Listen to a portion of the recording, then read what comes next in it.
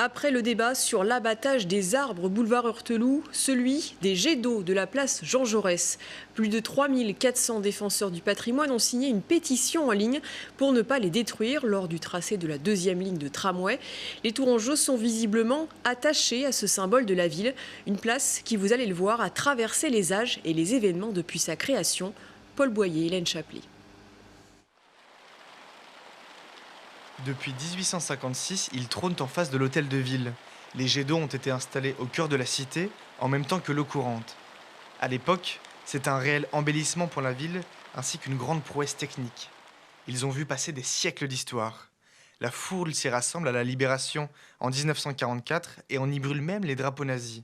Dans son tour de France des départements, le 9 mai 1959, De Gaulle s'y arrête et prononce un discours et les miroirs d'eau sont encore là. Un lieu qui continue d'attirer les foules à chaque moment important de l'actualité.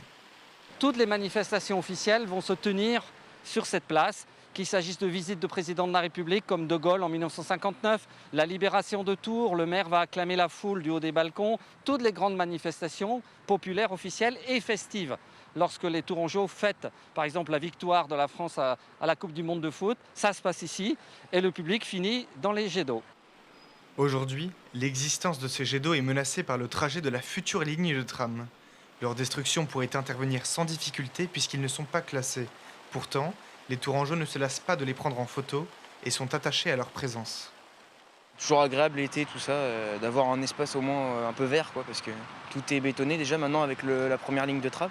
Il y a l'eau, il y a les fleurs autour, c'est très agréable, alors que s'ils enlèvent ça, tout le charme de la place sera fichu.